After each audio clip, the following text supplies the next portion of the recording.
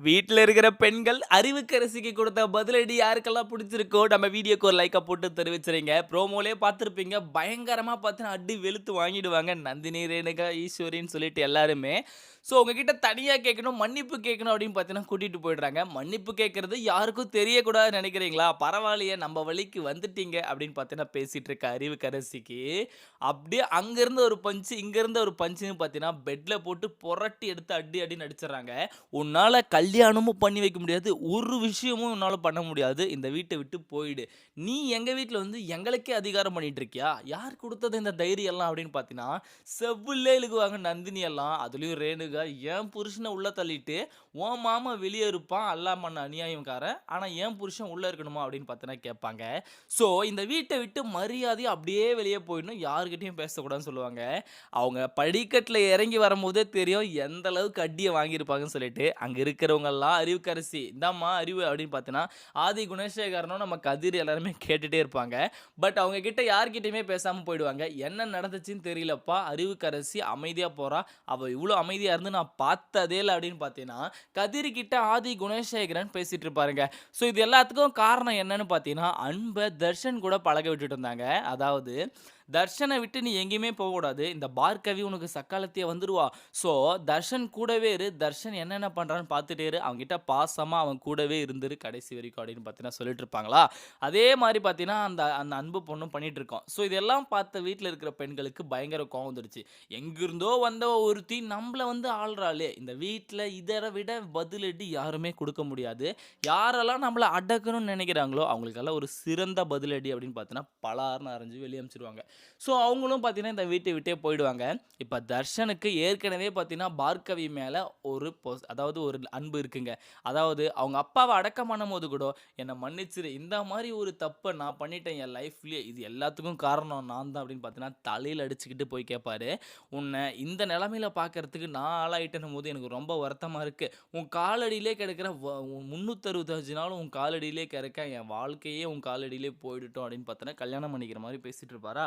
So Darshan இது பேச வேண்டிய நேரமும், பேச வேண்டிய விஷயமும் இப்போதைக்கு கிடையாது அப்படின்னு பார்த்தீங்கன்னா, வீட்ல இருக்கிற பெண்கள் அந்த அடக்கமான டைம்லேருந்து கூட்டிட்டு போயிட்டு கோர்ட்டு கேஸ் எல்லாம் எல்லாத்தையும் முடிச்சு பக்காவா கூட்டிட்டு வந்துருவாங்க. ஸோ கோர்ட்லயும் பார்த்தீங்கன்னா, இவங்க இங்க தான் இருக்கணும்னு சொல்லுவாங்க. விசாலாச்சு விட மாட்டாங்க. அதெல்லாம் ஒரு பிரச்சனையா போயிட்டு இருந்துச்சு. அது ஒரு பக்கமா வச்சுருவோம். இப்போ கண்டிப்பா வந்து இந்த வீட்ல இருக்கிறதுனால, பார்கவி கிட்ட போயிட்டு அவன் பேசிட்டே தான் இருப்பான். எவ்வளோ சீக்கிரம் இந்த கல்யாணத்த நம்மளால முடிக்க முடியுமோ, அவ்வளோ சீக்கிரம் முடிக்கணும் அப்படின்னு பார்த்தீங்கன்னா, ஆதி குணசேகரன் கதிர் கிட்ட பேசிட்டு இருப்பாரு. "எப்பா இந்த கல்யாணத்துல மட்டும் ஏதாச்சும் மிஸ் ஆச்சுன்னா, உங்களெல்லாம் ஏதாச்சும் பண்ணிட்டு நானும் ஏதாச்சும் பண்ணிப்பேன்பா. ஏன்னா தாய் மீனாட்சி முன்னாடி சத்தியம் பண்ணி குடுத்துருக்கேன் அந்த அறிவுக்கரசிக்கு. தர்ஷனுக்கும், அன்புக்கும் தான் கல்யாணம் நடக்கும் அப்படின்னு சொல்லிட்டு, இதுல எதுவுமே மிஸ் ஆகக்கூடாது கதிரு. நான் உன்ன தான் முழுமையா நம்பிட்டு இருக்கேன். அதனால மட்டுமே வந்து நான் ஞானசேகரன நம்ம பகடைக்காயா யூஸ் பண்ணிட்டு இருக்கேன். ஞானத்த நான் விட்டுற மாட்டேன். ஆனா ஞானத்த வச்சு தான் இந்த கல்யாணத்தவே மூவ் பண்ணணும் அப்படின்னு பார்த்தீங்கன்னா சொல்றாங்க. ஏன்னா ஞானத்த உள்ள வச்சதுனால தான் ரேணுகாவுக்கு இவ்ளோ பெரிய பாதிப்பு. ரேணுகா விடமாட்டா. ஞானம் பண்ணல அப்படின்னு பார்த்தீங்கன்னா, ஞானத்த எப்படியாச்சும் கூட்டிட்டு வரதுக்கு நம்மள வந்து உள்ள தள்றதுக்கு பார்ப்பாங்க. அதுக்குள்ள இந்த கல்யாணத்த நம்ம முடிச்சே ஆகணும் அப்படின்னு பார்த்தீங்கன்னா, குணசேகர் சொல்லிட்டு இருப்பாரா.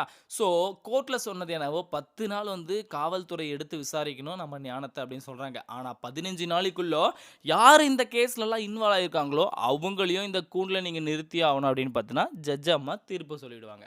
ஸோ கொஞ்ச நாள் கழிச்சு பார்த்தீங்கன்னா, அப்படியே போலீஸ் வராங்க, மறுபடியும் விசாரிக்கிறாங்க என்ன நடந்துச்சுன்னு சொல்லிட்டு.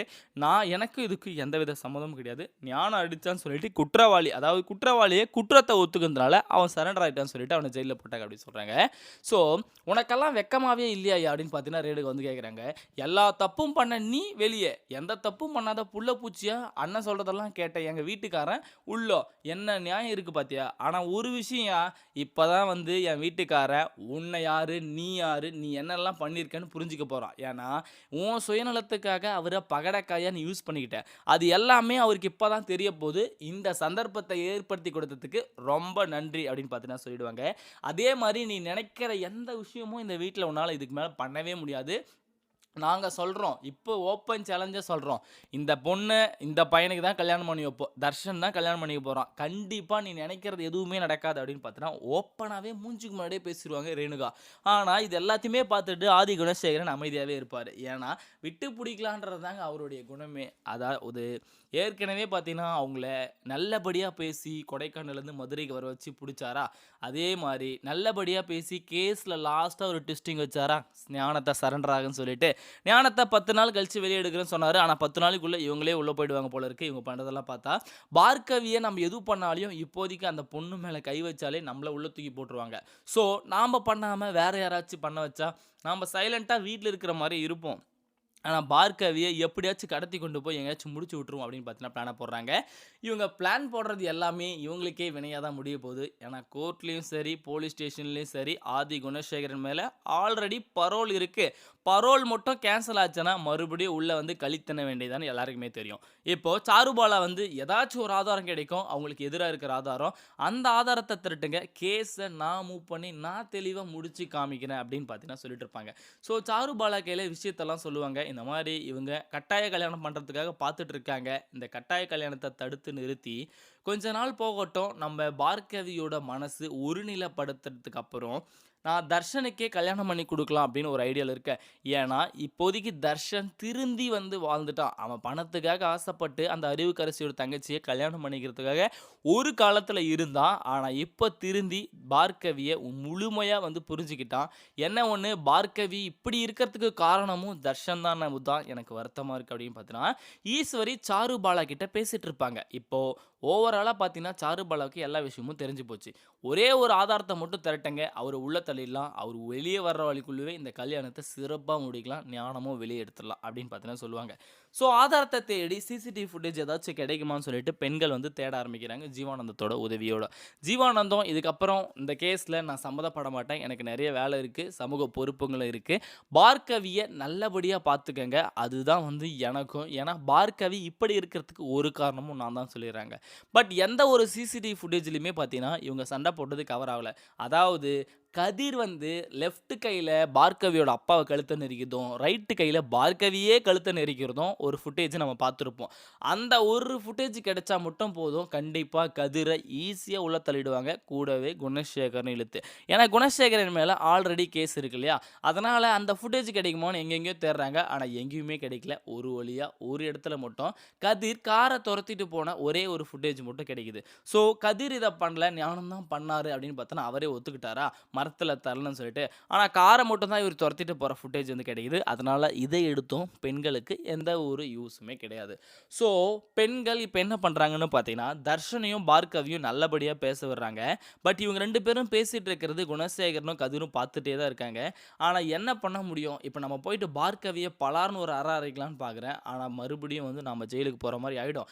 பட் தர்ஷன நம்ம கண்டிக்கலாம்னு சொல்லிட்டு, "தர்ஷா நான் இப்பவும் சொல்றேன்.